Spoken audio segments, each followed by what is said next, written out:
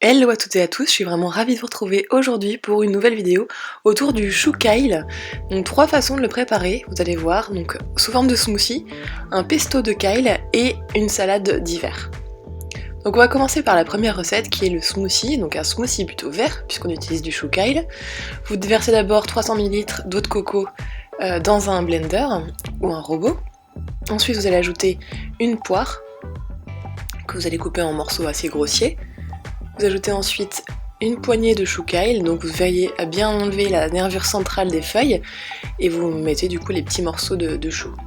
Il faut bien avoir un robot puissant pour pouvoir faire ce smoothie, puisque sinon il va rester des petits morceaux. Donc vous ajoutez également une demi-banane, vous mélangez assez longtemps, et voilà, vous avez votre smoothie qui est tout prêt à déguster, et moi je le prends surtout au petit déjeuner. Donc le chou kale il est considéré comme un super aliment, il est vraiment riche en nutriments, en antioxydants, en vitamines A, B, C et en calcium. Donc c'est vraiment un ingrédient à avoir dans sa cuisine. Alors la deuxième recette c'est un pesto de chou kale. Donc pour ça on va faire la même chose que pour le smoothie, c'est-à-dire qu'on va placer 80 g de feuilles de chou dans un robot, ou un blender d'ailleurs. Ensuite, vous ajoutez 70 ml d'huile d'olive et 20 ml d'huile de sésame. Ça va apporter un petit goût un peu grillé. Vous ajoutez ensuite le jus d'un citron.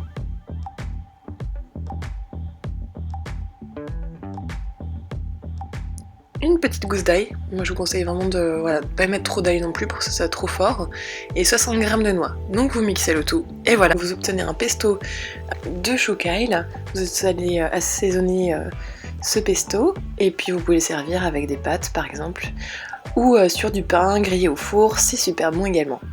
Pour la troisième recette, on passe sur une salade d'hiver, donc vous allez choisir plutôt des feuilles jaunes de chou kale, que vous allez préparer de la même manière que précédemment.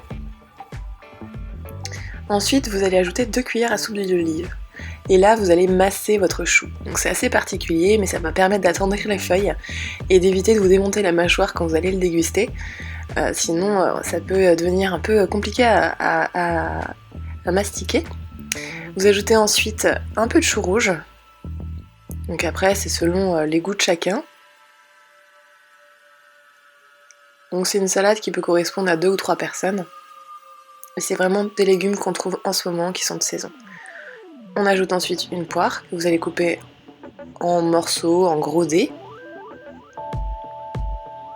Et puis si vous le souhaitez, vous pouvez aussi ajouter un demi-avocat que vous allez également ajouter sous forme de dés.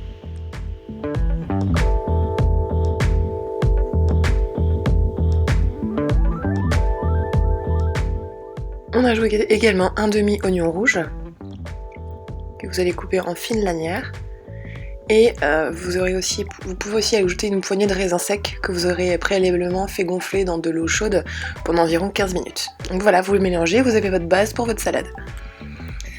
Ensuite pour la sauce, on peut prendre une cuillère à soupe d'oléagineux, donc moi j'ai utilisé de la purée de noix de cajou, mais vous pouvez aussi prendre de la purée d'amande. Vous ajoutez le jus d'un demi-citron, une cuillère à soupe de vinaigre balsamique, évitez d'en mettre partout comme moi, et 2 cuillères à soupe d'huile d'olive. Vous mélangez. Vous allez obtenir un mélange homogène et assez crémeux, bien onctueux.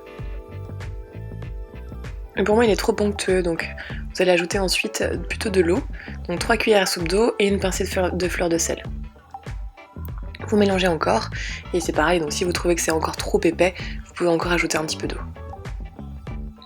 Donc pour la base de la salade, j'ai utilisé du quinoa que j'ai déjà cuit.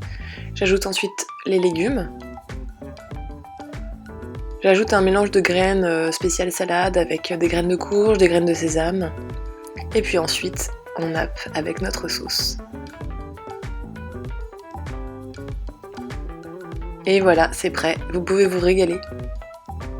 J'espère que cette vidéo vous aura plu. N'hésitez pas à la liker et aussi à vous abonner à mon compte. Et on se retrouve bientôt pour plein de nouvelles recettes.